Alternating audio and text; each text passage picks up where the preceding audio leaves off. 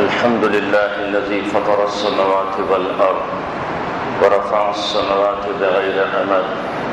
ونور الشمس والقمر نحمده ونستعينه ونستغفره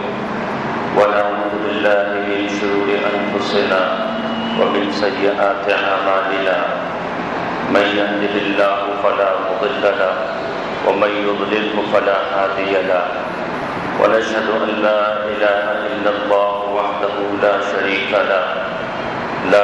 له ولا مثل له ولا مثال له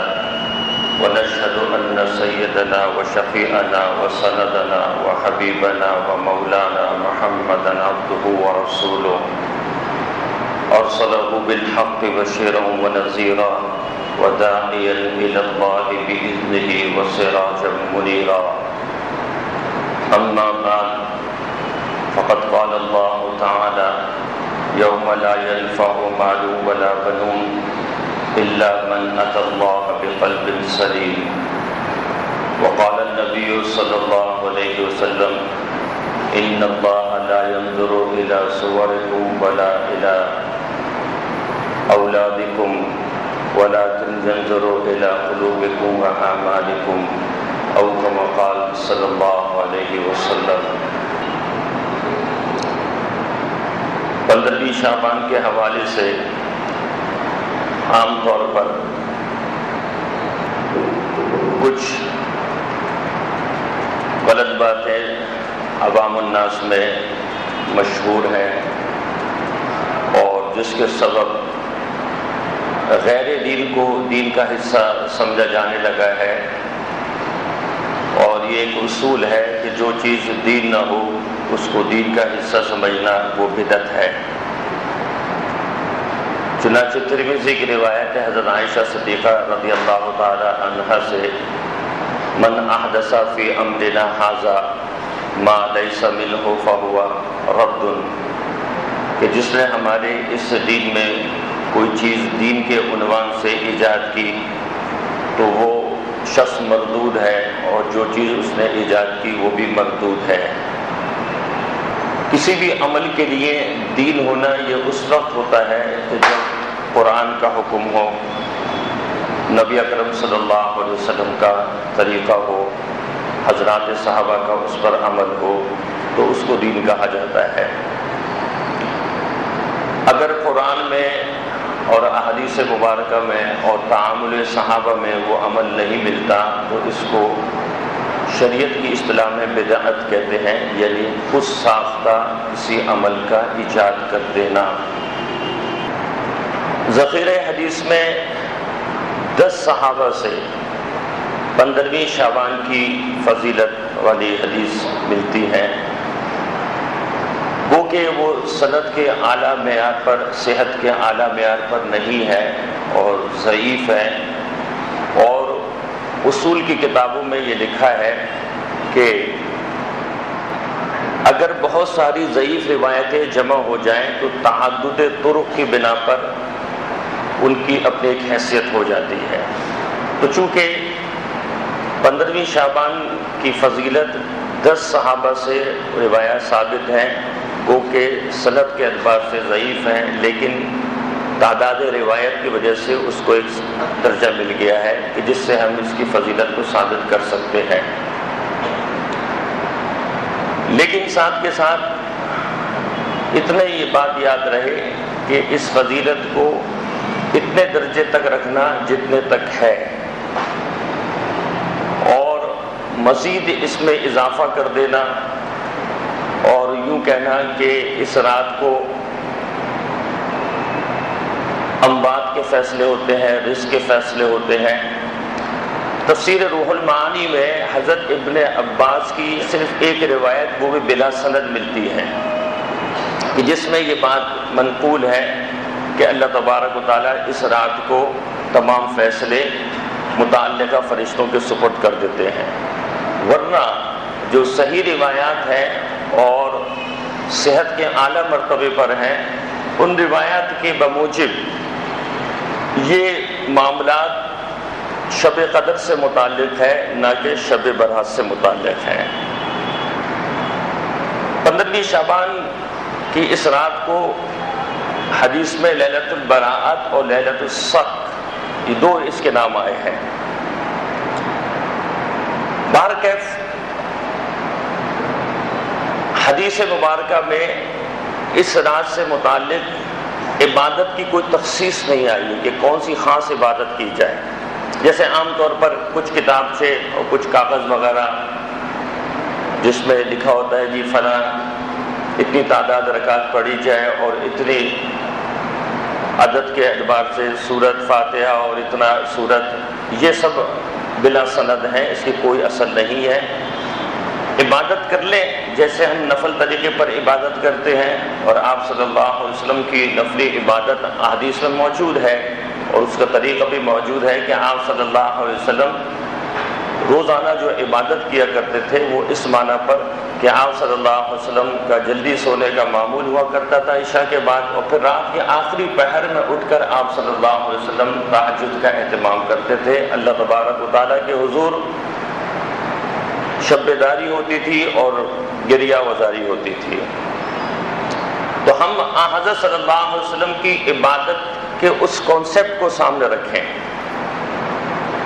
اور اپنی طرف سے کسی عبادت کو ایڈ نہ کریں، ورنہ پھر بدعت ہو جائے گا۔ اسی طرح قبرستان جانے کا مسئلہ، بہت سے لوگ اس کو اس رات کا گویا کہ رکن سمجھتے ہیں اور عبادت کا ایک حصہ سمجھتے ہیں۔ پورے ذخیرہ حدیث میں آپ صلی اللہ علیہ وسلم سے صرف ایک مرتبہ جانا ثابت ہے، اور آپ صلی اللہ علیہ وسلم مدینہ منورہ میں 10 سال آپ نے زندگی گزاری ہے۔ ان 10 سالوں میں صرف ایک مرتبہ جنت البقیع آپ صلی اللہ علیہ وسلم اس رات کو تشریف لے گئے ہیں۔ تو لہٰذا اگر کوئی شخص ایک مرتبہ چلا جائے تو سنت ادا ہو گئی ہے۔ حضرت مفتی شفیع صاحب نور اللہ مرقدہ فرمایا کرتے تھے کہ کبھی کسی رات کو چلے گئے، کسی سال نہیں گئے، اس کو التزام نہیں کرنا چاہیے، اور پھر وہاں جا کر جو ایصال کا طریقہ ہے کہ اپنے مرحومین کے لیے سورہ فاتحہ پڑھ لی، سورہ اخلاص پڑھ لی، سورہ تکاثر پڑھ لی، سورہ زلزال پڑھ لی، اور جو کچھ آپ کو یاد ہے وہ پڑھ لیا، لیکن وہاں پر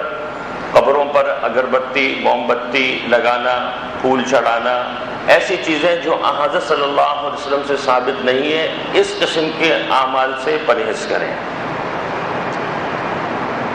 اسی طرح اس رات کو اور 15ویں شعبان کے حوالے سے یہ حلبے مانڈے کا بھی چکر چل گیا، تو ایسا کوئی روایت سے اس کا ثبوت نہیں ملتا، یہ سب بدعات ہے اور اس کی کوئی اصل نہیں ہے، اور خواتین گھر کی حلوے بنانے میں لگی رہتی ہیں دن بھر، اور پھر ایک دوسرے کو تقسیم کیا جا رہا ہوتا ہے، محلے پڑوس میں اس کو تقسیم کیا جا رہا ہوتا ہے، خاندانوں میں تقسیم کیا جا رہا ہوتا ہے، اس کی کوئی اصل نہیں ہے۔ اگلے دن کا روزہ رکھنا،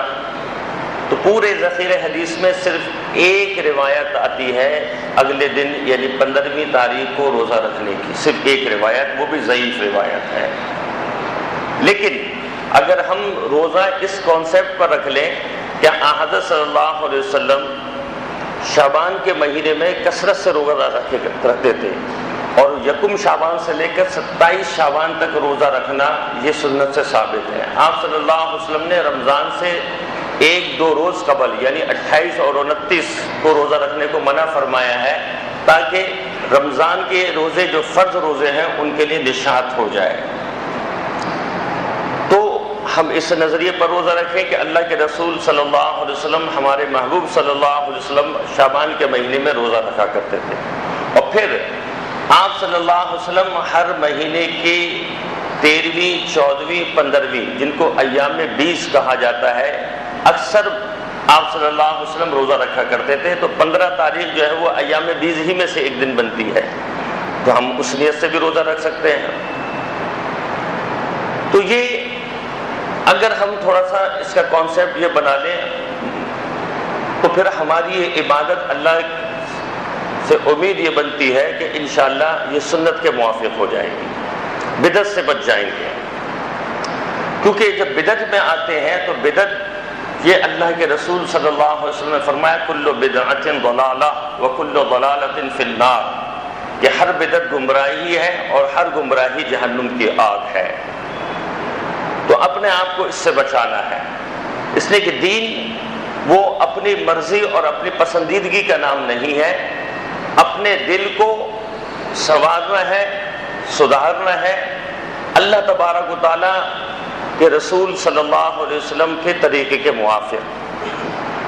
اپنے دل کے اندر جو بات آئے اور اس پر عمل کر لیا جائے، یہ دین نہیں ہے، بلکہ دل کو اللہ کے رسول صلی اللہ علیہ وسلم کے دل کے موافق کرنا اور ان کے عمل کے موافق کرنا، یہ شریعت ہے، یہ دین ہے۔ ورنہ اس دل کے اندر کھوٹ آئے گا، اس دل کے اندر گمراہی آ جائے گی، اور جب دل کے اندر کھوٹ آتا ہے، دل کے اندر گمراہی آتی ہے، تو پھر میرے بھائی اس دل کے اندر قساوت آتی ہے، سختی آتی ہے، دین کی بات پھر ہضم نہیں ہوتی ہے، دین نہیں اترتا ہے۔ انسان کا پورا خلاصہ اس کا دل ہے، اس کے دل کے اندر اگر صحیح بات اتر گئی، صحیح بات آ گئی، تو گویا کہ اس نے راہ پا لی، اس نے ہدایت پا لی، حق پا لیا۔ اور دل کے اندر غلط بات اگر آ گئی اور دل کے اندر شریعت سے ہٹ کر جہالت کی باتیں آ گئی، تو پھر میرے بھائی یہ گمراہی ہے۔ اور ہر گمراہی، جیسے میں نے عرض کیا حدیث کے موافق، یہ اس کا نتیجہ ضلالت اور گمراہی، یہ نتیجہ جہنم کی آگ کی شکل میں ہوتا ہے۔ اور اللہ تبارک و تعالی انسان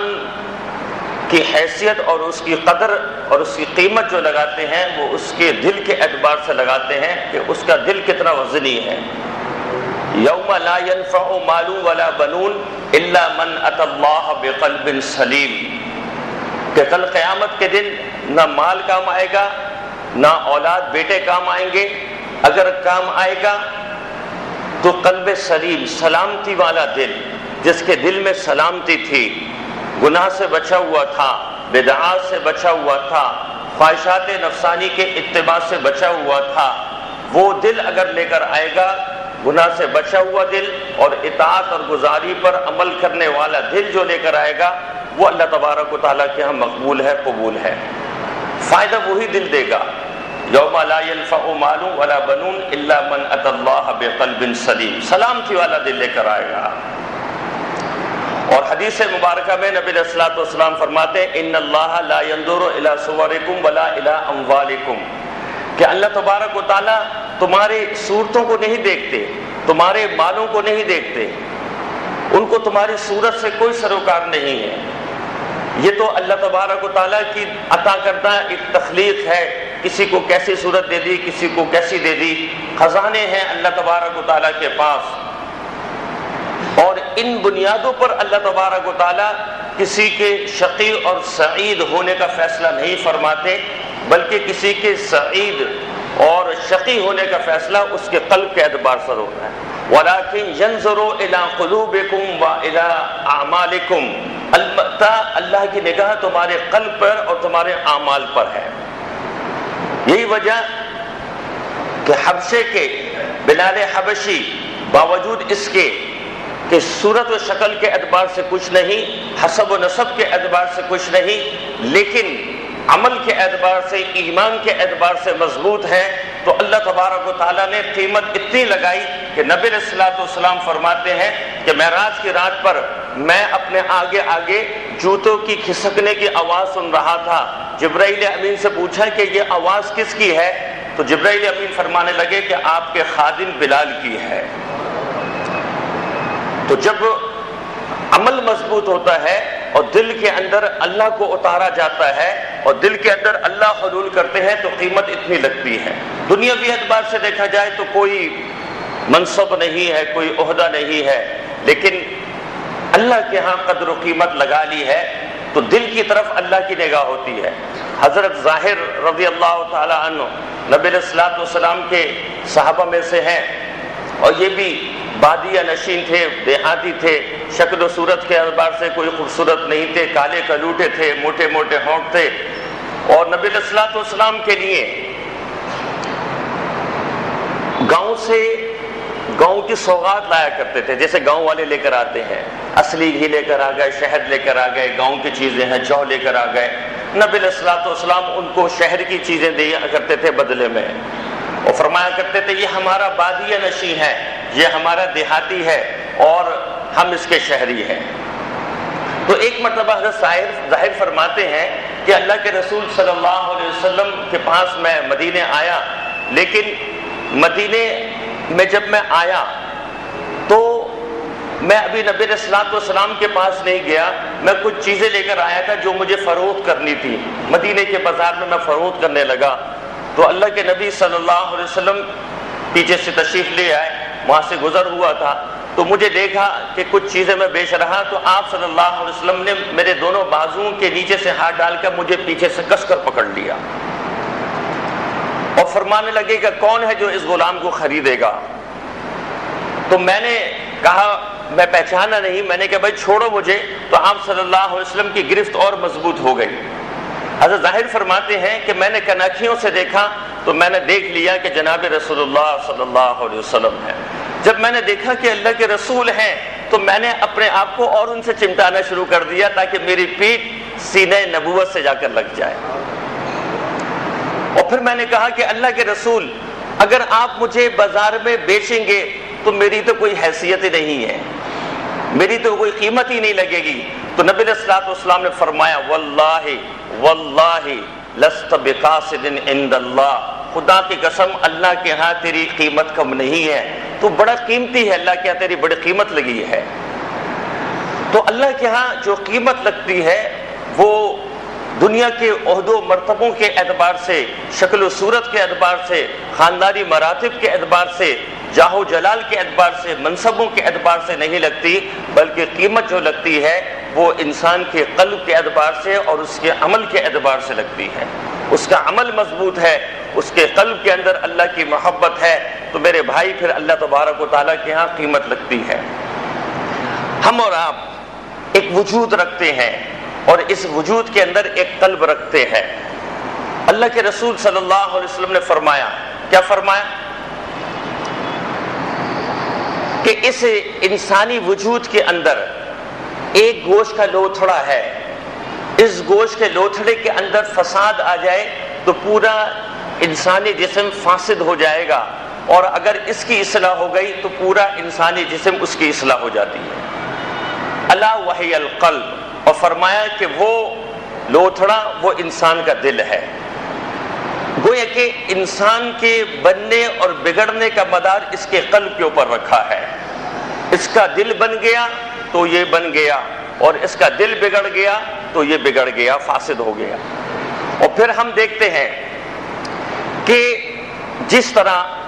ہمارا ایک جسم ہے، اس جسم کو غذا کی ضرورت ہوتی ہے، اگر جسم کو مناسب غذا دی جائے تو جسم صحت مند رہتا ہے،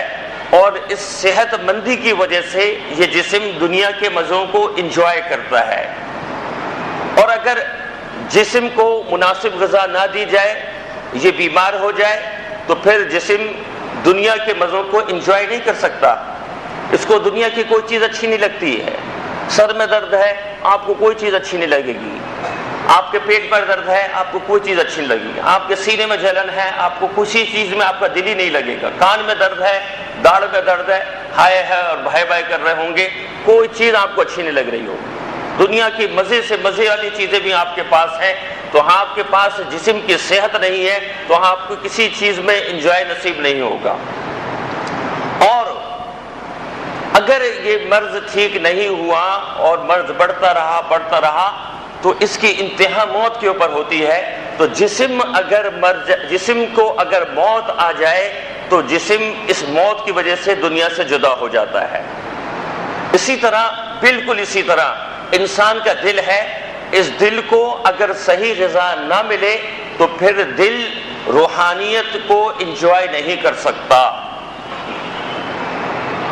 روحانیت کو انجوائے جب ہی کرے گا کہ جب اس کا دل صحت مند ہو، اس دل کو اس کی پراپر غذا دی جائے۔ آج ہم نے حقیقت ہے دل کو اس کی پراپر غذا نہیں دی ہے، یہی وجہ ہے کہ آج ہمیں سجدوں کا مزہ نہیں، تلاوت قرآن کا مزہ نہیں، ذکر کا مزہ نہیں، نمازوں کا مزہ نہیں، اور سچ بولنے کا مزہ نہیں، اور رات کے آخری پہر میں اپنے رب کے سامنے شب بیداری اور اپنے گناہوں پر نادم ہو کر آنسو بہانے کا مزہ ہمیں نہیں مل رہا۔ کیوں؟ کہ جس طرح جسم بیمار تھا تو ہم دنیا کی چیزوں کو انجوائے نہ کر سکے، تو اسی طرح جب دل بیمار ہوا تو ہم روحانیت کو انجوائے نہ کر سکے۔ یہ دل یہ انوار اور برکات سے زندہ ہوتا ہے، اور جس طرح جسم کو اس کی پراپر غذا ملے تو یہ جسم صحت مند رہتا ہے، تو اسی طرح اگر دل کو اس کی پراپر غذا ملے تو یہ دل جو ہے وہ صحت مند ہے۔ یہ جو حلقے ہیں، یہ جو محفلیں ہیں، یہ جو مجلسیں ہیں، یہ سب دل کی روحانیت کی گویا کہ اس کی غذا کے اعتبار سے یہ اس کی ایک حصہ ہے۔ نماز آپ پڑھتے ہیں تو آپ کو ایک روحانیت نصیب ہوتی ہے، اور جتنے بھی اعمال کرتے ہیں طمانیت نصیب ہوتی ہے۔ یہ چھوٹی چھوٹی چیزیں ہوتی ہیں۔ بسا اوقات ہم یہاں پر بیٹھے بات سنی، قرآن حدیث بزرگوں کے واقعات ہم نے سنے، اب بہت ساری باتیں ہمیں یاد نہیں رہیں، لیکن آپ کو یاد رہیں نہ رہیں، لیکن آپ نے جب اپنے آپ کو اس محفل کے اندر جوائن کیا اور گویا کہ یہاں پر اپنے دل کو پراپر غذا پہنچا دی، اب آپ کو وہ غذا یاد رہے یا نہ رہے آپ کا دل صحت مند ہو جائے گا۔ یہ ایسا ہی ہے جیسے آپ نے آج کھانا کھایا، اور کھانا کھانے کے بعد جب رات گزر گئی، اگلا دن آیا اور آپ کھانا وہ بھول گئے کہ وہ کھانا کیا تھا۔ کوئی آپ سے پوچھتا ہے جی آپ نے رات کو کیا کھایا، آپ کہتے ہیں جی مجھے یاد نہیں ہے۔ تو اس یاد نہ ہونے سے کیا آپ کے جسم پر کوئی اثر پڑے گا؟ نہیں پڑے گا۔ آپ کے جسم کو تو فائدہ ہو گیا، غذا لگ گئی۔ تو اسی طریقے سے آپ اس محفل میں آئے، اس مجلس میں آئے، قرآن سنا، حدیث سنی، اور بزرگان دین کے احوال و واقعات سنے، دل کی غذا اس کو ملتی گئی، دل کی غذا اس کو ملتی گئی۔ اب آپ کو یہ باتیں یاد ہیں یا نہ ہیں، لیکن آپ کے دل کو غذا مل گئی ہے، آپ کا دل صحت مند ہو رہا ہے۔ تو بزرگان دین نے، مشائخ نے کچھ اسباب بیان کیے ہیں کہ جن اسباب کے تحت اگر یوں کہا جائے کہ انسان وہ اسباب اختیار کر لے تو اس کے مردہ دل کو زندگی نصیب ہو جاتی ہے۔ آج ہماری حالت پر افسوس ہے کہ ہم جسم کے مر جانے پر تو روتے ہیں، ہمارا کوئی عزیز اقارب اگر مر جائے تو ہمیں رونا آتا ہے، لیکن ہمارا اپنا دل مر گیا تو ہمیں رونا نہیں آتا۔ ہمارا اپنا دل مر گیا، ہمارے پڑوسی کا دل مر گیا، بیوی بچوں کا دل مر گیا، اس دل کے مرنے کی علامت یہی ہے کہ اعمال کے اندر دل نہیں لگ رہا، تو اس پر ہمیں رونا نہیں آیا۔ تو جسم کے مرنے پر تو ہم روئے کہ جسم جب مرا تو دنیا سے جدا ہوا، جبکہ دل مرا تو یہ پروردگار عالم سے جدا ہو گیا۔ دل جب مرتا ہے تو اللہ سے جدا ہو جاتا ہے، اور جسم مر جاتا ہے تو دنیا سے جدا ہوتا ہے۔ تو جسم کی موت ہلکی ہے اور دل کی موت یہ بہت بھاری ہے۔ اس لیے ایک بزرگ فرماتے ہیں، یا عجب الناس یبکون علی من مات جسدہ ولا یبکون علی من مات قلبہ وہو اشد۔ ہے لوگو، ہائے افسوس تم پر کہ جب جسم مر جاتا ہے تو تم روتے ہو، لیکن جب دل مر جاتا ہے تو تمہیں رونا نہیں آتا، باوجود اس کے کہ دل کا مر جانا یہ زیادہ شدید تر تھا، اس پر تو زیادہ رونا تھا۔ تو دل کے زندہ کرنے کے لیے ہمارے بزرگان دین نے، مشائخ نے کچھ اسباب بیان کی ہیں۔ آج کی اس محفل میں وہ اسباب بیان کیے جائیں گے کہ جن کے سبب ہمارا مردہ دل جو ہے وہ زندہ ہو سکتا ہے۔ ان میں سے پہلا سبب ہے اللہ تبارک و تعالیٰ کا ذکر کرنا۔ وَاذْكُرُوا اللَّهَ كَثِيرًا لَعَلَّكُمْ تُفْلِحُونَ۔ جتنا ذکر کثرت سے کریں گے یہ دل زندہ ہو جائے گا۔ چنانچہ علامہ ابن سیرین فرماتے ہیں، الذکر للقلب کالماء للسمک۔ یہ ذکر دل کے لیے ایسا ہے جیسے مچھلی کے لیے پانی ہے۔ کیف یکون حال السمک اذا اخرج من الماء۔ اب خود اندازہ لگا لیں کہ جب مچھلی کو پانی سے نکال لیا جائے تو اس کی کیا حالت ہوگی، تو دل سے اگر ذکر نکال لیا جائے تو اس دل کی کیا حالت ہوگی، یہ دل ہلاک ہو جائے گا۔ چنانچہ ابن قیم رحمہ اللہ نے اپنی کتاب الوابل الطیب کے اندر ذکر کے 90 فوائد بیان کیے ہیں کہ بندہ جب ذکر کرتا ہے تو اس دل سے 90 فائدے حاصل ہوتے ہیں. ان میں سے چند ہم یہاں پر ڈسکس کرتے ہیں. نمبر 1 الذکر قوت القلوب. یہ ذکر یہ دل کی غذا ہے.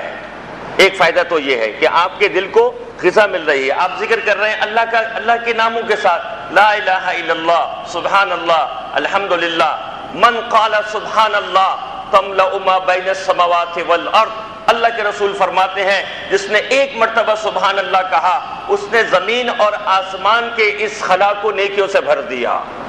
من قال لا الہ الا اللہ تملأ المیزان. جس نے ایک مرتبہ لا الہ الا اللہ کہا اس نے میزان عدل کو نیکیوں سے بھر دیا. اور فرمایا کہ میزان عدل اتنا بڑا ہے کہ 7 آسمان اور 7 زمینیں اپنی مخلوقات سمیت اس کے ایک پلڑے میں سما سکتی ہیں.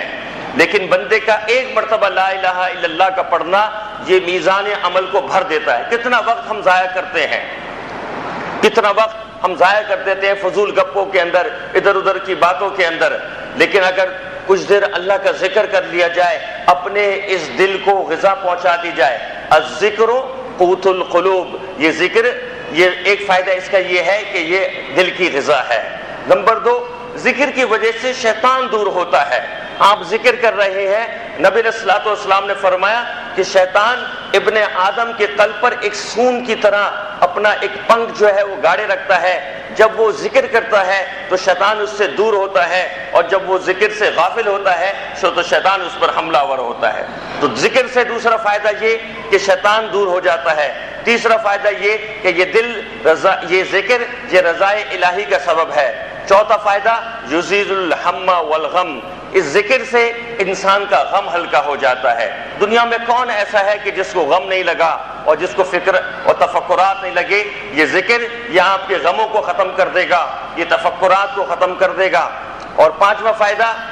دل کو طمانینت اطمینان نصیب ہوتا ہے. الا بذکر اللہ تطمئن القلوب. یہ نہ سمجھے گا کہ موسیقی جو ہے وہ روح کی غذا ہے اور آپ کے دل کی غذا ہے. نہ, یہ شیطان کے ہتھ کنڈے اور شیطان کی باتیں ہیں. اللہ کے نبی کی بات الگ اور اللہ کی بات الگ. اللہ فرماتے ہیں الا بذکر اللہ تطمئن القلوب. ان دلوں کو اطمینان یہ میرے ذکر سے ملے گا, موسیقی سے نہیں ملے گا. موسیقی سے تمہارے دل کے اندر نفاق پیدا ہوگا. اللہ کے نبی فرماتے ہیں الغناء ينبت النفاق کما ينبت الماء الزرع. یہ گانا سننا, یہ گانا بجانا یہ دل کے اندر نفاق کو ایسے پیدا کرتا ہے جیسے پانی کھیتی کو پیدا کرتا ہے. نفاق ہے کیا؟ ایمان اور عمل سے نفرت, ایمان اور عمل کی قدر و قیمت کا دل سے نکل جانا. غیر محسوسی طریقے پر آپ کے دل سے اسلام کی محبت نکل جائے گی, اللہ کی محبت نکل جائے گی, اللہ کے نبی کی محبت نکل جائے گی, قرآن کی محبت نکل جائے گی,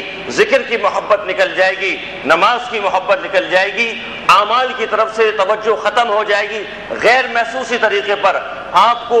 دین کی محفلوں میں بیٹھنا مشکل ہو جائے گا, قرآن کی باتیں سننے میں مزہ نہیں آئے گا, اور اتنی دیر گھنٹہ آدھا گھنٹہ ایک گھنٹہ یہ لگانا مشکل ہو جائے گا. حضرت علی رضی اللہ تعالیٰ عنہ فرمایا کرتے تھے کہ تم مسجد میں سب سے پہلے جانے والے بننا اور مسجد سے سب سے آخر میں نکلنے والے بننا. آج ہماری حالت یہ ہے کہ گھڑی دیکھتے ہیں ابھی جماعت میں 2 منٹ باقی ہیں, سب سے آخر میں آئیں گے اور سب سے پہلے بھاگتے ہیں.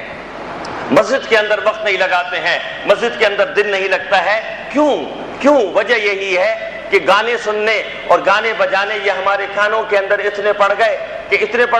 کہ دین کی اہمیت آج دل سے نکل گئی ہے. اللہ کے رسول صلی اللہ علیہ وسلم کا فرمان ہے, یہ کسی ملا کا کسی مولوی کا فرمان نہیں ہے, اللہ کے نبی کا فرمان ہے. الغناء ينبت النفاق کما ينبت الماء الزرع. یہ گانا سننا یہ گانا بجانا یہ دل کے اندر یہ نفاق کو ایسے پیدا کرتا ہے جیسے کہ پانی کھیتی کو پیدا کرتا ہے. اور اللہ خود کلام کے فرماتے ہیں, قرآن میں فرماتے ہیں الا بذکر اللہ تطمئن القلوب. تمہارے دلوں کو اطمینان آئے گا تو میرے ذکر سے آئے گا. تو پانچواں فائدہ یہ ہے کہ اللہ کے ذکر یہ دلوں کو اطمینان دیتا ہے. چھٹا فائدہ ینور القلب والوجہ. یہ دل کو اور چہرے کو منور کر دے گا. آپ دیکھیں ان لوگوں کو کہ جو لوگ کثرت سے ذکر کرنے والے ہیں ان کے چہرے روشن ہوتے ہیں, ان کے چہرے روشن ہیں. دنیا کے اندر اللہ تبارک و تعالیٰ نے ذکر کے انوارات اور ذکر کی برکات ان کے چہروں پر عطا فرما دی ہے. وہ روشنی جو دل کے اندر آئی تھی وہ پھوٹ کر چہرے پر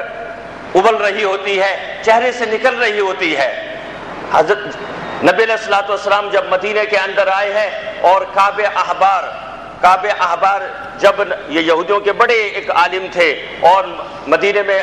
نبی علیہ الصلوۃ والسلام کے ساتھ سے ملنے آئے ہیں، تو کہنے لگے جب میں نے نبی علیہ الصلوۃ والسلام کے روشن چہرے کو دیکھا تو میں نے دیکھتے ہی پہچان لیا، مجھے کسی نے تعارف نہیں کرایا تھا کہ یہ نبی ہیں۔ اتنے مجمع کے اندر میں نے اس چہرے کو واضح دیکھ کر فرمایا کہ واللہ ھذا الوجہ لیس بکاذب، خدا کی قسم یہ چہرہ جھوٹا ہو ہی نہیں سکتا ہے۔ یہ تو نبی کا چہرہ تھا، یہ تو ذکر والا چہرہ تھا، جس چہرے پر ذکر تھا، ذکر کے انوارات تھے۔ تو نبی علیہ الصلوۃ والسلام نے یہ بات فرمائی ہے کہ چہرے کے اور ذکر کے انوارات آتے ہیں، ینور القلب والوجہ، یہ قلب کو اور چہرے کو منور کر دیتا ہے، یورث محبت اللہ، یہ اللہ کی محبت کو پیدا کرتا ہے۔ آپ دل میں جتنا اللہ کا ذکر کریں گے، جتنا ذکر کریں گے، یہ ذکر کرنا یہ اللہ کی محبت کو پیدا کرے گا۔ نمبر 8، گناہ دھل جاتے ہیں، جتنا ذکر کریں گے اتنے گناہ دھلیں گے۔ کثرت سے ذکر کرتے جائیں، اپنے گناہوں کو دھوتے جائیں۔ ان الحسنات یذہبن السیئات، ان الحسنات یذہبن السیئات، ادھر نیکیاں آ رہی ہیں اور گناہ بھاگ رہے ہیں، نیکیاں آ رہی ہیں اور گناہ بھاگ رہے ہیں، استغفار کر رہے ہیں، ذکر کر رہے ہیں، کچھ بھی پڑھ رہے ہیں، آپ کے اس ذکر سے اللہ تبارک و تعالیٰ آپ کے گناہ کو دھو رہے ہیں۔ نمبر 9، اللہ کے ذکر کی برکت سے اللہ تبارک و تعالیٰ اس کو اپنے پسندیدہ بندوں میں شمار فرما لیتے ہیں کہ یہ میرا پسندیدہ بندہ ہے۔ تو کون نہیں چاہتا کہ ہم اللہ کے پسندیدہ نہیں ہو جائیں؟ تو بھائی کثرت سے ذکر کرنے والے ہوں۔ نمبر 10، کمثل الحی والمیت، جو ذکر کرتا ہے وہ زندہ ہے اور جو ذکر نہیں کرتا وہ مردہ ہے۔ اللہ کے ہاں گویا کہ معیار زندگی اور مردہ ہونے کا وہ اللہ کا ذکر ہے۔ آسمانوں والوں کے ہاں جو شخص دنیا کے اندر اللہ کا ذکر کرتا ہے وہ زندہ ہے اور جو ذکر نہیں کرتا وہ مردہ ہے۔ شیخ ابو الحسن نوری رحمہ اللہ بڑے بزرگ ہیں، اپنے وقت کے پائے کے بزرگ تھے۔ ان سے ملنے کے لیے ایک دوسرے بزرگ تھے، وہ ملنے کے لیے گئے سفر کر کے کہ شیخ ابو الحسن نوری رحمہ اللہ کی خدمت میں جاتا ہوں اور ان سے استفادہ حاصل کروں گا۔ چنانچہ دوران سفر ایک مرتبہ انہوں نے ایک جگہ پڑاؤ ڈالا اور ان کی آنکھ لگ گئی، یہ سو گئے۔ خواب میں دیکھتے ہیں کہ 2 پرندے ہیں اور 2 پرندے آپس میں باتیں کر رہے ہیں۔ اللہ تبارک و تعالیٰ نے خواب میں ان پرندوں کی بولی ان کو سمجھائی، منطق الطیر۔ ایک پرندہ دوسرے سے کہہ رہا ہے کہ ارے تمہیں معلوم ہے کہ کیا ہوا؟ تو دوسرے نے کہا کہ کیا ہوا؟ کہنے لگے کہ ابو الحسن نوری کا انتقال ہو گیا، ابو الحسن نوری مر گیا۔ اب انہوں نے خواب میں دیکھا کہ ابو الحسن نوری جو ہے وہ مر گئے ہیں، پرندے کہہ رہے ہیں۔ یہ بیدار ہوئے، آنکھ کھولی، بڑا افسوس ہوا کہ میں تو شیخ ابو الحسن نوری کی زیارت کے لیے چلا تھا اور ان سے مستفید ہونا تھا، اور یہاں تو مجھے یہ خبر بتائی گئی ہے خواب کے اندر کہ ان کا انتقال ہو گیا۔ لیکن یہ سوچ کر کہ چلو کوشش کرتا ہوں، جاتا ہوں، ہو سکتا ہے ان کے جنازے میں شرکت ہو جائے، اللہ والوں کے جنازے میں شرکت ہو جائے تو یہ بھی مغفرت کا باعث ہوتا ہے۔ چنانچہ جب یہ وہاں پر گئے، شہر میں پہنچے تو وہاں پر کوئی ایسی حالات نظر نہیں آئے کہ یہاں پر اتنے بڑے عالم کا بزرگ کا انتقال ہوا۔ شہر سے پھر ان کے گھر کی طرف پہنچے، گھر پہ بھی کوئی ایسے احوال نظر نہیں آئے۔ بہرحال دستک دی تو سامنے شیخ ابو الحسن نوری تھے، یہ چہرے سے پہچانتے نہیں تھے۔ ان سے کہنے لگے کہ مجھے شیخ ابو الحسن نوری سے ملنا ہے۔ تو ان بزرگ نے کہا کہ میں خود شیخ ابو الحسن نوری ہوں، بولیں کیا کام ہے؟ بڑے حیران ہوئے، کہنے لگے کہ میں نے تو خواب میں یہ دیکھا، میں آپ سے ملنے آ رہا تھا اور خواب میں نے اسی طرح دیکھا ہے کہ ایک پرندہ دوسرے سے کہہ رہا ہے کہ ابو الحسن نوری کا انتقال ہو گیا۔ تو انہوں نے ایک لمبا سانس لیا اور لمبا سانس لے کر کہنے لگے کہ ہاں آج کچھ لمحے کے لیے میں اللہ کے ذکر سے غافل ہو گیا تھا، اللہ نے کائنات کے اندر اعلان کروا دیا، روحانیت کے اندر اعلان ہو گیا کہ ابو الحسن کا انتقال ہو گیا ہے۔ پرندے آپس میں یہ بات کر رہے ہیں۔ اب اندازہ لگائیں کہ ایک لمحے کے لیے غفلت پانے والے کو اللہ تبارک و تعالیٰ کی طرف سے مردوں میں شامل کر لیا گیا ہے، اور جو پورا دن اپنی زبان سے اپنے رب کا نام نہ لے، اپنے نبی کا نام نہ لے اور نبی کے اوپر درود نہ پڑھے، اپنے گناہوں پر استغفار نہ کرے اور لا الہ الا اللہ کا بول نہ بولے، تو میرے بھائی آپ اندازہ کریں کہ اس کا کیا مقام ہوگا اللہ کے ہاں۔ تو کثرت ذکر ہے، ذکر کثرت سے کریں گے تو یہ دل دھل جائے گا، اس دل کو اللہ تبارک و تعالیٰ زندگی عطا فرما دیں گے۔ اور دوسرا سبب ہے تلاوت قرآن، کہ کثرت سے تلاوت قرآن کی تلاوت کا اہتمام ہو۔ آج ہمارا حال یہ ہو گیا، مہینہ مہینہ گزر جاتا، بلکہ بعض حضرات کو تو سال گزر جاتا ہے اور رمضانوں میں قرآن کو ہم ہاتھ لگاتے ہیں۔ میرے بھائی روزانہ اس قرآن کو ہاتھ لگانے والے بنیں، قرآن کو اٹھائیں، آنکھوں سے دیکھیں، یہ پورے جو ہیں یہ قرآن کو چھوئیں۔ اليوم نختم على افواہہم وتکلمنا ایدیہم وتشہد ارجلہم بما كانوا یکسبون۔ یہ زبان پر جب مہر ثبت ہوگی، یہ ہاتھ بولے گا تو یہ ہاتھ بولے کہ اے اللہ یہ تو وہ ہاتھ ہیں جو تیرے قرآن کو اٹھایا کرتے تھے، یہ تو وہ آنکھیں ہیں جو تیرے قرآن کو دیکھا کرتی تھیں۔ میرے بھائی عرصہ گزر جاتا ہے قرآن کو ہاتھ لگائے، تو ایسا نہ ہو کہ دن ہمارا گزر جائے اور ہم قرآن کو ہاتھ نہ لگائیں۔ باوضو ہو کر روزانہ قرآن کو اٹھائیں، سینے سے لگائیں، آنکھوں سے لگائیں، اور تھوڑی سی تلاوت کا اہتمام ہو جائے، چاہے 2 صفحے کیوں نہ پڑھ لیں، ربع کیوں نہ پڑھ لیں، 5 منٹ کی تلاوت کیوں نہ کر لیں، لیکن کوئی دن ایسا نہیں جانا چاہیے کہ ہم تلاوت قرآن سے خالی ہوں۔ ایک صحابی قرآن پڑھ رہے تھے صحن کے اندر، رات کا آخری پہر تھا اور چارپائی پر بچہ سو رہا تھا۔ روایت میں آتا ہے کہ وہ کہنے لگے جب میں نماز پڑھ رہا تھا اور نماز کے اندر قرآن پڑھ رہا تھا تو جب وجد میں آئے تو زور سے تلاوت کرنے لگے تو دیکھا کہ اوپر آسمان کی طرف سے کچھ روشنیوں کا ایک جھرمٹ سا آیا ہے، اور وہ جھرمٹ نیچے کی طرف آیا تو صحن میں جو بندہ گھوڑا تھا وہ بدکنے لگا۔ تو یہ کہنے لگے مجھے یہ ڈر ہوا کہ ایسا نہ ہو کہ یہ گھوڑا اس بچے کو نقصان نہ پہنچا دے، تو میں نے اپنی تلاوت بالجہر کو بسر کر لیا، خاموشی سے پڑھنے لگا، تو وہ روشنی تھوڑی غائب ہو گئی اور پھر گھوڑا بھی سکوت میں آ گیا۔ پھر تھوڑی دیر وجد آیا، پھر قرآن کی تلاوت بآواز بلند کرنا شروع کر دی، اور پھر وہی روشنی، اور پھر وہی گھوڑے کا بدکنا، اور پھر وہی اندیشہ۔ پوری رات اسی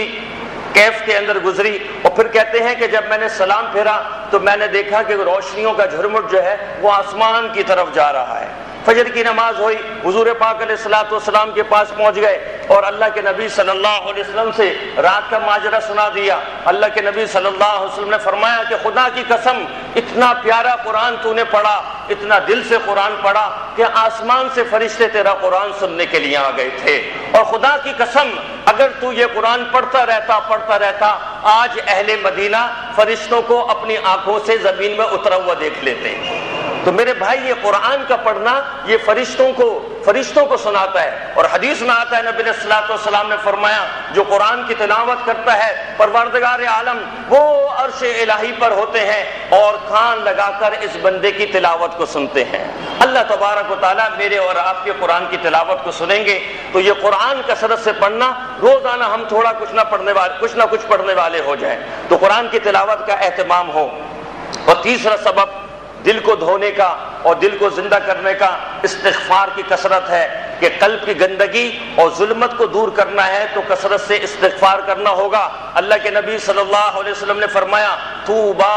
توبہ لمن وجد فی صحیفتہ استغفارا کثیرا، اس شخص کے لیے بڑی کامیابی ہے، اس کے لیے بڑی خوشی کا ایک اعلان ہے جو اپنے صحیفے میں اپنے نامہ اعمال میں کثرت سے استغفار پائے۔ جس کو اپنے نامہ اعمال میں کثرت سے استغفار نصیب ہو جائے اس کے لیے بڑی کامیابی ہے، اس کے لیے بڑی خوشخبری ہے۔ حضرت گنگوئی رحمہ اللہ فرمایا کرتے تھے کہ بندے کو روزانہ دن میں 300 مرتبہ یعنی 3 تسبیح استغفار کی پڑھنی چاہیے۔ اللہ کے نبی نے فرمایا انی استغفر اللہ فی کل یوم 70 مرہ، میں دن میں 70 مرتبہ استغفار کرتا ہوں۔ یہ 70 مرتبہ استغفار کرنا نبی کا فرمان ہے، اپنے بارے میں فرما رہے ہیں کہ میں 70 مرتبہ استغفار کرتا ہوں۔ اس 70 مرتبہ سے مراد کثرت مراد ہے۔ عربی محاورے میں کثرت کے لیے 70 کا عدد استعمال کرتے ہیں۔ حضرت گنگوئی رحمہ اللہ فرماتے ہیں جو بندہ دن میں 300 مرتبہ، حدیث میں جب استغفار 70 مرتبہ فرمایا تو اس سے مراد کثرت ہے، اور عربی عدد کے اعتبار سے کثرت کا عدد 300 پر بولا جاتا ہے۔ تو جو دن میں 300 مرتبہ یعنی 3 تسبیح استغفار کی پڑھ لے گا تو ایسا ہے کہ اس نے کثرت سے استغفار کر لیا، اپنے نبی کے طریقے پر عمل کر لیا ہے۔ تو ہاتھ بلند کر کے کہتے ہیں انشاءاللہ میں تو ضرور کروں گا، ایسا کوئی مشکل نہیں ہے۔ اپنے نبی کے لیے تو جان بھی حاضر ہے، ان کے جوتیوں میں جگہ مل جائے، ان کے جوتیوں کی اگر دھول بھی مل جائے تو یہ ہماری عزت افزائی ہے۔ تو میرے بھائی ان کا عمل، وہ عمل جو بارگاہ الہی کے اندر مقبول ہے، تو اللہ تبارک و تعالیٰ سے دل کے اندر یہ نیت کر لے کہ آج انشاءاللہ اس محفل سے، اس مجلس سے اٹھیں گے تو آج سے ہمارا روزانہ 300 مرتبہ استغفار کرنا ضرور ہوگا۔ اور چوتھا سبب ہے درود شریف کی کثرت سے درود شریف پڑھیں اپنے محبوب صلی اللہ علیہ وسلم پر، کائنات کے حسین ترین انسان کے اوپر، کائنات کے حسین ترین شخص کے اوپر درود کے نذرانے اور درود کے ہدیے۔ اللہ تبارک و تعالی موسیٰ علیہ السلام کو فرماتے ہیں کہ موسیٰ، حضرت موسیٰ علیہ السلام اللہ تبارک و تعالی سے بات کرتے تھے، ہم کلام ہوتے تھے۔ تو ایک مرتبہ اللہ تبارک و تعالی نے فرمایا کہ موسیٰ تم یہ چاہتے ہو کہ جس طرح تمہارا کلام تمہاری زبان سے قریب ہے، تمہارا کلام تمہاری زبان سے قریب ہے اور تمہارا جسم تمہاری روح سے قریب ہے، میں تم سے اس سے بھی زیادہ قریب ہو جاؤں۔ تم اگر یہ چاہتے ہو تو تم نبی آخر زمان پر کثرت سے درود پڑھنے والے بن جاؤ۔ اس جلیل القدر نبی کو، جو بنی اسرائیل کے جلیل القدر نبی ہیں، جن کے اوپر تورات کا نزول ہوا ہے، جو اللہ تبارک و تعالیٰ کے پسندیدہ نبیوں میں تھے، جلالی نبی تھے، اللہ تبارک و تعالیٰ نے ان کو کلام اپنے ساتھ ہم کلامی کی شرفیت نصیب فرمائی تھی، تو ان کو اللہ تبارک و تعالیٰ کثرت سے درود کی تعلیم دے رہے ہیں۔ تو میرے بھائی، وہ تو ہمارے روحانی باپ ہیں، ہمارے سب کچھ ہیں۔ اگر وہ نہیں ہے، ان کا دامن ہمارے ہاتھ میں نہیں ہے تو ہمارے پاس کچھ بھی نہیں ہے۔ تو کثرت سے درود پڑھنے والے ہو۔ اللہ کے نبی صلی اللہ علیہ وسلم نے فرمایا، من صلی علیہ صلاۃ واحدہ صلی اللہ علیہ 10 صلوات وحطت عنہ 10 خطیئات ورفعت لہ 10 درجات۔ جو مجھ پر ایک درود پڑھے گا، ایک مرتبہ رحمت کی بات کرتا ہے اللہ سے۔ درود کا مطلب ہوتا ہے اللہ سے ہم یہ درخواست کرتے ہیں کہ اے اللہ نبی علیہ الصلوۃ والسلام پر رحمت نازل فرما۔ تو نبی علیہ الصلوۃ والسلام فرماتے ہیں جو ایک مرتبہ مجھ پر درود پڑھتا ہے، اللہ اس کے اوپر 10 مرتبہ رحمت نازل فرماتے ہیں، 10 اس کی خطاؤں کو معاف فرماتے ہیں اور 10 درجوں کو بلند فرماتے ہیں۔ تو ہم درود کثرت سے جناب رسول اللہ صلی اللہ علیہ وسلم پر پڑھنے والے ہو جائیں۔ ایک مرتبہ تو سب پڑھ ہی لیں، اللہم صلی علی سیدنا محمد وعلی آل سیدنا محمد وبارک وسلم صلی اللہ علیہ وسلم صلی اللہ علی النبی الامی اللہم صلی علی محمد وبارک وسلم جزا اللہ عنا نبینا محمد صلی اللہ علیہ وسلم بما هو اہلہ اللہم صلی علی سیدنا محمد وعلی آل سیدنا محمد وبارک وسلم۔ یہ درود ابراہیمی صلی اللہ علیہ وسلم تو بہت ہی ہلکا درود ہے، زبان پر بھی بہت آسانی سے ہے، ایک تسبیح پڑھنا کوئی مشکل نہیں ہے۔ تو نبی علیہ الصلوۃ والسلام کی جو محبتیں ہیں اور ان کی جو شفقتیں ہیں اور کل قیامت کے دن ان کے دامن سے وابستگی اور ان کی شفاعت ہی ہمارے لیے سب کچھ ہے۔ تو میرے بھائی، نبی علیہ الصلوۃ والسلام پر کثرت سے درود پڑھے تاکہ یہ دل جو ہے وہ صاف ہو جائے، دل دھل جائے۔ اور 5واں سبب ہے تہجد کی نماز۔ تہجد کی نماز، حضرت جنید بغدادی رحمہ اللہ کا انتقال ہوا۔ انتقال ہونے کے بعد کسی نے پوچھا، خواب میں دیکھا کہ حضرت آپ کے ساتھ کیا معاملہ ہوا؟ کہنے لگے سارے قیاسات اور سارے اعتبارات دھرے کے دھرے رہ گئے۔ ہم تو یہ سمجھے تھے کہ ہم نے جو ریاضات کی تھی، جو مجاہدے کیے تھے اور جو چلے کاٹے تھے وہ کام آئیں گے۔ رات کے آخری پہر میں جو پروردگار عالم کے سامنے جو 2 سجدے کرتے تھے وہ سجدے کام آ گئے۔ یہ رات کی نماز جو ہے یہ بندے کو بہت آگے کر دیتی ہے۔ تو تہجد کی نماز کا اہتمام ہو۔ تہجد کی نماز، قرآن میں اللہ تبارک و تعالیٰ اہل ایمان کے بارے میں فرماتے ہیں الذین یبیتون لربہم سجدا وقیاما، الذین یبیتون لربہم سجدا وقیاما، کہ اہل ایمان وہ ہیں جو اپنے رب کے سامنے شب بیداری کرتے ہیں، رات گزارتے ہیں، یا تو قیام کی حالت میں ہوتے ہیں یا سجدے کی حالت میں ہوتے ہیں۔ تو رات کے آخری پہر میں شب بیداری ہو جائے، تھوڑی سی 2 رکعت پڑھنے کا اہتمام ہو جائے، 2 سے 4 پڑھنے کا اہتمام ہو جائے۔ اللہ کے نبی کم سے کم 4 اور زیادہ سے زیادہ 8 رکعت تہجد کی پڑھا کرتے تھے، تو اس کا بھی اہتمام ہو جائے۔ اور حدیث میں آتا ہے نبی صلی اللہ علیہ وسلم نے فرمایا افضل الصلاۃ بعد المکتوبہ قیام اللیل، افضل الصلاۃ بعد المکتوبہ قیام اللیل، فرض نمازوں کے بعد افضل ترین نماز، فرض نمازوں کے بعد افضل ترین نماز وہ قیام اللیل ہے۔ 6واں اور آخری سبب، اس کے بعد انشاءاللہ دعا کرا لیں گے۔ یہ 6 سبب، نمبر 1 ذکر، نمبر 2 تلاوت قرآن، نمبر 3 استغفار، نمبر 4 درود، اور نمبر 5 تہجد کی نماز، اور نمبر 6 دعا کی کثرت۔ یہ دعا مانگنا، کثرت دعا، یہ دل کے گناہوں کو دھو دیتا ہے۔ جتنا رو رو کر اللہ تبارک و تعالیٰ کے سامنے بندہ مانگتا ہے، ایک مرتبہ بھی مانگے تو اللہ تبارک و تعالیٰ مانگو 1000 دیتا ہے، وہاں تو ایک مانگو تو 1000 ملتے ہیں۔ تو کثرت سے رو رو کے مانگنا، تو اللہ تبارک و تعالیٰ مہربانی فرماتے ہیں۔ اللہ تبارک و تعالیٰ کی ایک نگاہ رحمت ڈالنے کا سارا معاملہ ہے، ایک نگاہ رحمت ڈل گئی تو بندے کی دن کی دنیا بدل گئی۔ تو ہمارا معاملہ اللہ تعالیٰ کی ایک نگاہ پر آتا ہے۔ ادعونی استجب لکم، ادعونی استجب لکم، اللہ فرماتے ہیں مجھ سے مانگو میں دعاؤں کو قبول کرتا ہوں۔ امن یجیب المضطر، کون ہے جو مجبور اور لاچار کی دعا کو قبول کرتا ہے؟ وہ اللہ ہی قبول فرماتے ہیں۔ اور حدیث میں آتا ہے من لم یدع اللہ یغضب علیہ، اللہ کا معاملہ بڑا عجیب ہے۔ ہم سے اگر جو بار بار مانگے ہمیں غصہ آتا ہے، اور اللہ کا معاملہ یہ جو اللہ سے نہ مانگے اللہ کو اس پر غصہ آتا ہے۔ جو اللہ سے نہ مانگے اللہ کو اس پر غصہ آتا ہے، اور جو ہم سے بار بار مانگے ہمیں اس پر غصہ آتا ہے۔ تو جس سے مانگا جائے اس سے نہ مانگے، اور جن سے نہیں مانگنا تھا ان سے مانگے، کتنی بڑی بیوقوفی کی بات ہے۔ یہ تو اس دعا کی برکتوں سے اللہ تبارک و تعالیٰ دل کی کایا کو پلٹ دیتے ہیں۔ ذوالنون مصری رحمہ اللہ ایک مرتبہ اپنے مریدین کے ساتھ کشتی میں دریا میں سفر کر رہے تھے، تو برابر سے ایک کشتی گزری جس میں نوجوان مرد اور عورتیں تھیں، گناہ کی محفلیں ہو رہی تھیں، شباب اور کباب چل رہا تھا اور ناچ گانے چل رہے تھے۔ تو کسی شاگرد نے کہا کہ حضرت یہ لوگ دریا کے اندر ہیں، ایک طریقے سے انسان ایک موت کے اندر ہوتا ہے، کشتی میں ہے، یہاں پر بھی یہ لوگ غفلت کے اندر ہیں، ان کی دعا کریں کہ اللہ تعالیٰ ان کی کشتی کو بیڑا غرق کر دے، ان کی کشتی ڈوب جائے، یہ ہلاک ہو جائے۔ حضرت نے فرمایا اللہ والے تو وسعت قلبی رکھتے ہیں، ہاتھ اٹھایا، اے اللہ جس طرح آپ نے ان کو دنیا کی رحمتیں دے دی ہیں، اے اللہ ان کو دل کی رحمت بھی عطا فرما دے، اے اللہ ان کی دل کی دنیا بھی بدل دے۔ چنانچہ روایت میں آتا ہے اللہ تبارک و تعالیٰ نے حضرت کے ہاتھ اٹھانے پر پورے اہل کشتی کو ہدایت عطا فرمائی، پورے اہل کشتی کو ہدایت عطا فرما دی۔ اور آخری بات، ایک شخص برسہ برس سے بت خانے کے اندر یہ دعا مانگا کرتا تھا، یا صنم یا صنم یا صنم یا صنم، بت کو پکارتا تھا، صنم مانے بت کو پکارتا تھا۔ اب بت زبان ہو تو بولے، وہاں سے کوئی آواز نہیں آتی، وہ اپنی حاجت براری کے لیے یا صنم کہتا، کبھی حاجت براری نہیں ہوئی، کبھی جواب نہیں آیا۔ ایک مرتبہ اس کے منہ سے انجانے میں یا صنم کی جگہ یا صمد نکل گیا، یا صنم کی جگہ یا صمد نکل گیا، یا صنم یا صمد، یا صمد لکھنا، اور روایت میں آتا ہے ادھر اس نے کہا یا صمد، اور وہ بھی انجانے میں، ادھر پروردگار عالم فرماتے ہیں لبیک یا عبدی،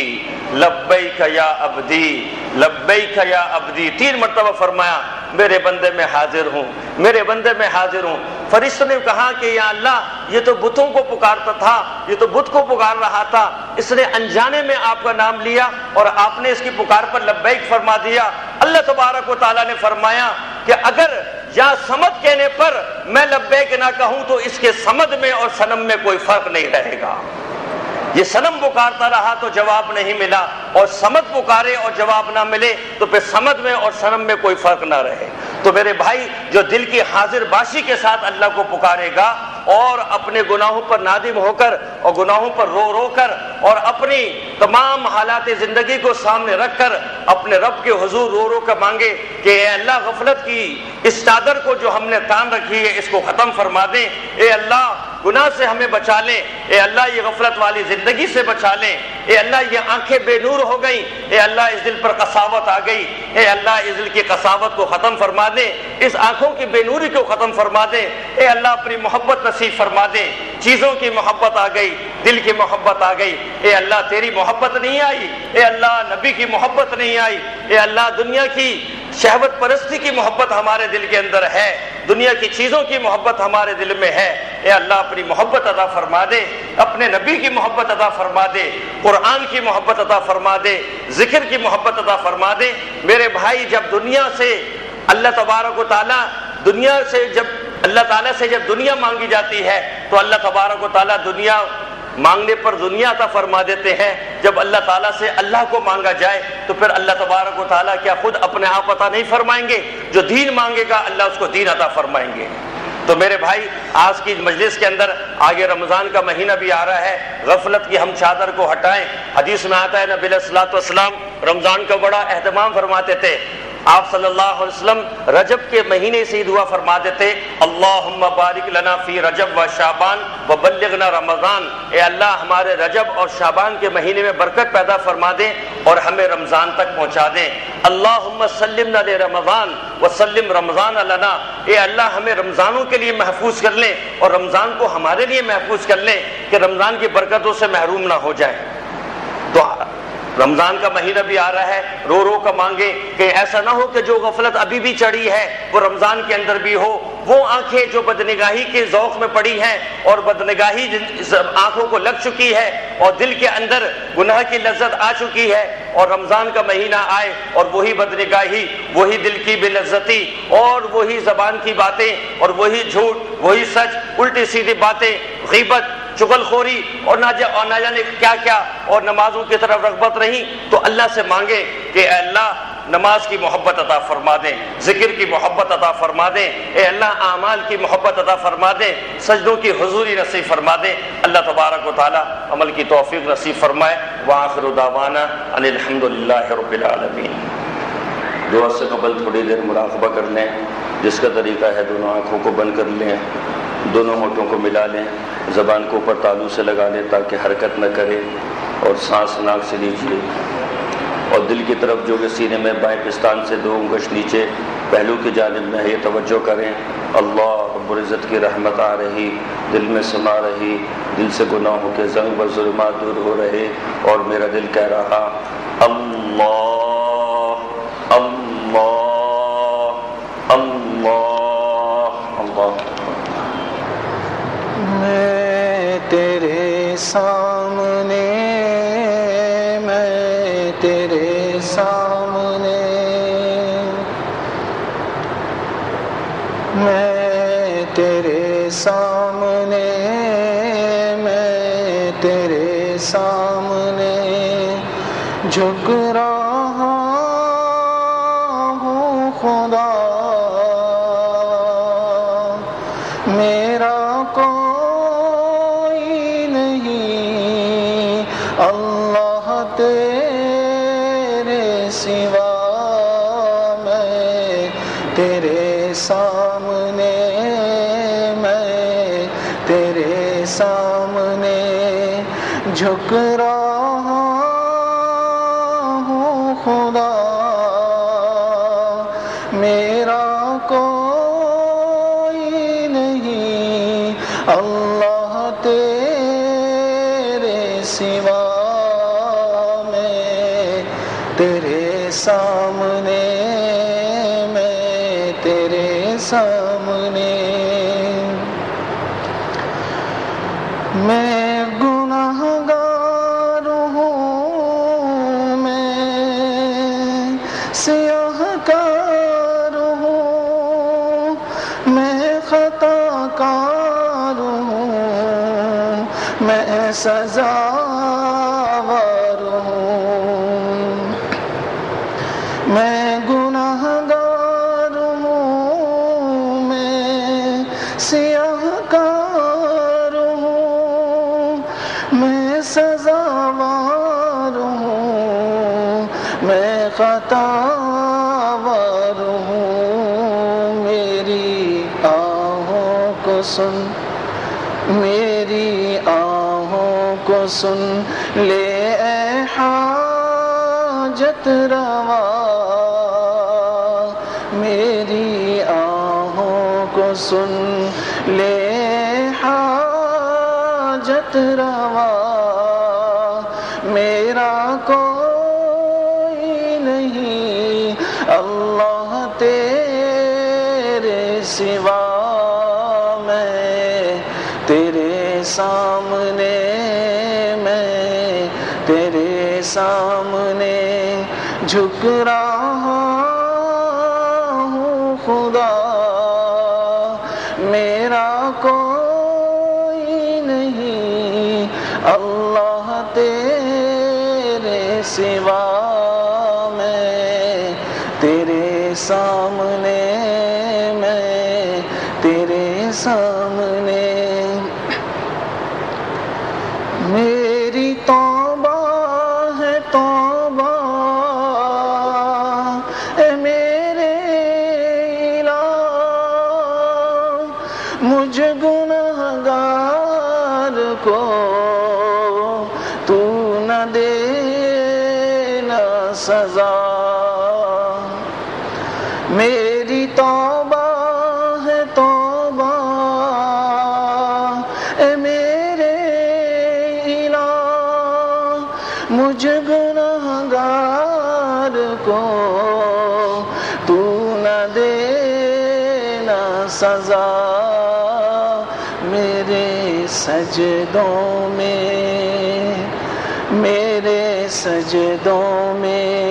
تیری ہی حمد و ثنا میرے سجدوں میں تیری ہی حمد و ثنا میرا کوئی نہیں اللہ تیرے سوا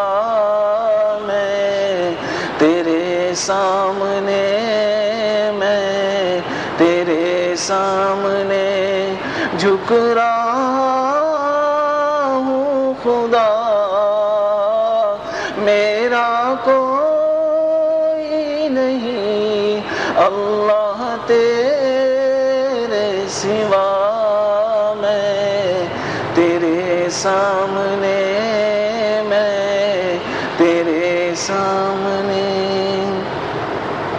لا الہ الا اللہ وحدہ لا شریک له لا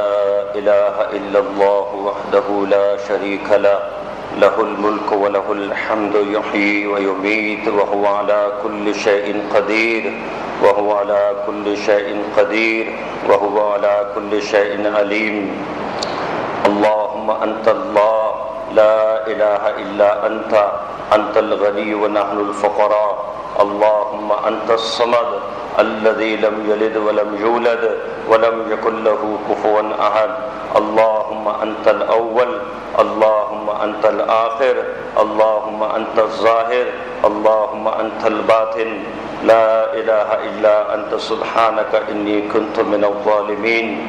يا حي يا قيوم برحمتك نستغيث يا حي يا قيوم برحمتك نستغيث أصلح لنا شأننا كله فلا تكلنا إلى أنفسنا طرفة عين فلا تكلنا إلى أنفسنا طرفة عين يا الله ہم گناہوں میں لتڑے اے اللہ تیری بارگاہ میں حاضر ہے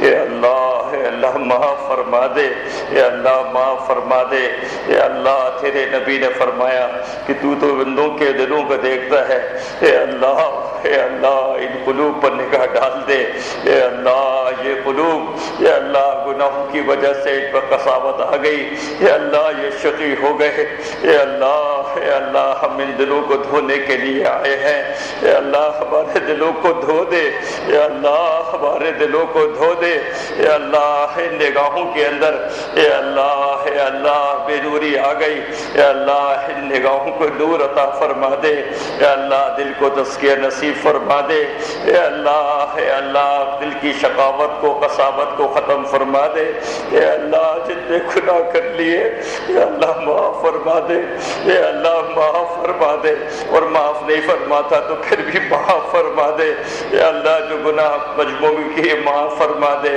جو تنہائیوں میں کیے وہ معاف فرما دے اے اللہ جو کر کے بھول گئے ان کو بھی معاف فرما دے اے اللہ جو یاد ہے ان کو بھی معاف فرما دے اے اللہ کسی مسلمان کی اے اللہ ابرو ریزی کی اے اللہ اس کے دل کو توڑا اے اللہ اس گناہ کو بھی معاف فرما دے اے اللہ کسی مسلمان کو نگاہوں سے گرایا اے اللہ اس گناہ کو بھی معاف فرما دے اے اللہ جتنے گناہ ہم کرتے رہے اے اللہ ان گناہوں کو اے اللہ ہم روکنے والے بن جائیں اے اللہ ان پر ہم بریک لگانے والے ہو جائیں اے اللہ ایسا جذبہ نصیب فرما دے اے اللہ ایسا جذبہ نصیب فرما دے اے اللہ اے اللہ آج ہاتھ اٹھائے ہوئے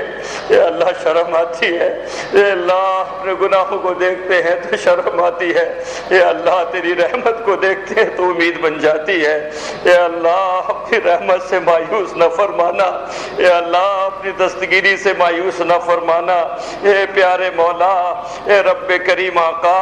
اے اللہ تو نے ہمیں ان نجاستوں میں اے اللہ ان گناہوں کی نجاستوں کے باوجود قبول فرما لیا اور اپنے گھر پہ آنے کی توفیق عطا فرما دی، اے اللہ یہاں تک پہنچا دیا، اے اللہ کشتے بھی پار لگا دینا، اے اللہ بیچ ساحل میں نہ چھوڑنا، اے اللہ ساحل تک کشتی لگا دینا، اے اللہ جو تجھ سے دنیا مانگتا ہے تو دنیا دیتا ہے، اے اللہ یہاں پر ہم سب جمع ہیں، اے اللہ تجھ سے تجھ کو مانگنے کے لیے، اے اللہ تیرے محبوب کے طریقے مانگنے کے لیے، اے اللہ وہ محبوب جو تجھے بڑا محبوب تھا، اے اللہ حضور پاک علیہ الصلوۃ والسلام کا رشتہ ہمارے پاس ہے، اے اللہ ہم ان کی امتی ہے، اے اللہ وہ ہمارے نبی ہے، اے اللہ وہ ہمارے سب کچھ ہے، اے اللہ ان کا واسطہ، اے اللہ پیارے نبی کا پیارا واسطہ، اے اللہ جن کے نام پر اے اللہ تو نے اس قدرت کے نظام کو سجایا، اے اللہ جن کی زلفوں کو اے اللہ تو نے قرآن میں اے اللہ تشبیہ دی والضحا واللیل اذا سجا، اے اللہ جن کے تو ہاتھوں کی قسم کھاتا، اے اللہ جن کے تو رخساروں کی قسم کھاتا، اے اللہ جن کے زلفوں کی تو قسم کھاتا، اے اللہ اس پیارے کا واسطہ، اے اللہ اس پیارے کے واسطے سے اے اللہ ہمارے گناہوں کو معاف فرما دے، ہماری شقاوت قلبی کو ختم فرما دے، اے اللہ ہمیں نمازوں کا پابند بنا دے، اے اللہ روزوں کا پابند بنا دے، اے اللہ غفلت کی چادر جو ہم نے تان لی ہے اے اللہ اس کو ختم فرما دے، اپنی دستگیری کی چادر اپنی رحمت کی چادر ہم پر ڈال دیجئے، اے اللہ ہمیں شقی نہ فرمائیے، ہمیں بدبخت نہ فرمائیے، اے اللہ جتنے بھی مرد اور خواتین یہاں پر جمع ہیں میرے پروردگار رب کریم آقا، اے اللہ سب کے دلوں میں جو جائز تمنا ہے پوری فرما دے، اے اللہ کسی ایک کو بھی بدبخت نہ کرنا، اے اللہ کسی ایک کو بھی شقی نہ فرما، اے اللہ کسی ایک کو بھی شقی نہ کرنا، اے اللہ تیرے در پر سے جو خالی ہاتھ اٹھ جائے اے اللہ وہ تہی دامن ہے، اے اللہ اتنا تہی دامن نہ کرنا، اے اللہ بے شک ہم خالی ہاتھ آئے تھے، تہی دامن آئے تھے، اے اللہ مگر ہماری جھولیوں کو بھر دینا، اے اللہ اپنی رحمتوں سے بھر دینا، اے اللہ اپنی نوازشوں سے بھر دینا، اے اللہ اپنے فضل سے بھر دینا، اے اللہ حضور پاک علیہ الصلوۃ والسلام کی محبت کاملہ نصیب فرما، ان کا اتباع کامل نصیب فرما، اے اللہ اپنی محبت کامل نصیب فرما، صحابہ رضوان اللہ علیہم اجمعین کی محبت کامل نصیب فرما، اے اللہ راتوں کے آخری پہر میں سجدوں کی حضوری نصیب فرما، اے اللہ ذکر کی توفیق نصیب فرما، اے اللہ ذکر کی توفیق نصیب فرما، تلاوت قرآن کی توفیق نصیب فرما، کثرت استغفار کرنے کی توفیق نصیب فرما، محبوب صلی اللہ علیہ وسلم پر اے اللہ کثرت دعا درود پڑھنے کی توفیق نصیب فرما، اے اللہ تہجد کی نماز کا اہتمام نصیب فرما، اے اللہ اپنے بارگاہ میں اے اللہ اپنی بارگاہ میں ہاتھ اٹھا کر دعا مانگنے کا اہتمام نصیب فرما، اے اللہ ہماری دل کی دنیا کو بدل دے، اے اللہ ہمارے دل کی دنیا کو بدل دے، اے اللہ رمضان کی میں اے اللہ نمازوں کا اہتمام، تراویح کا اہتمام، تلاوت قرآن کا اہتمام نصیب فرمانا، اے اللہ رمضان میں گناہ سے بچنے کی توفیق نصیب فرمانا، اللہم سلمنا لرمضان وسلم رمضان لنا، اللہم بارک لنا فی رجب و شعبان وبلغنا رمضان، اے اللہ محبوب صلی اللہ علیہ وسلم نے جو دعائیں مانگی ہیں اے اللہ ان دعاؤں میں ہمیں بھی حصہ نصیب فرمائیے، اے اللہ جن شرور سے آپ نے پناہ چاہیے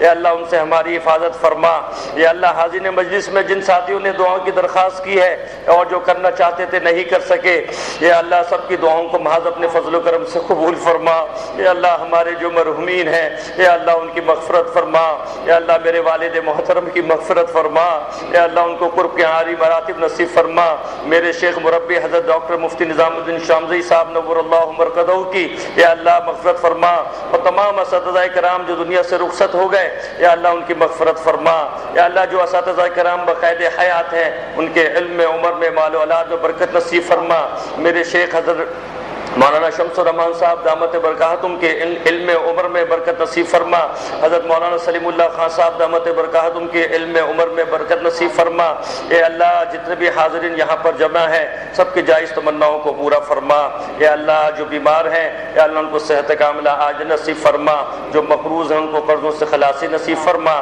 جو پریشان حال ان کی پریشانی کو دور فرما۔ یا اللہ جو والدین اپنی بچیوں کے نکاح کے حوالے سے پریشان ہیں اے اللہ ان کی بچیوں کے جوڑ کے رشتے مہیا فرما، اے اللہ ان کو اپنے اس فرائض سے دوش فرما۔ اے اللہ ہماری دعاؤں کو محض اپنے فضل و کرم سے قبول فرما۔ اللہم ربنا تقبل منا انک انت السمیع العلیم وتب علینا انک انت التواب الرحیم۔ اللہم صلی علی سیدنا محمد وعلی آل سیدنا محمد وبارک وسلم، وصلی اللہ تعالی علی خیر خلقہ محمد وعلی آلہ واصحابہ اجمعین برحمتک یا ارحم الراحمین۔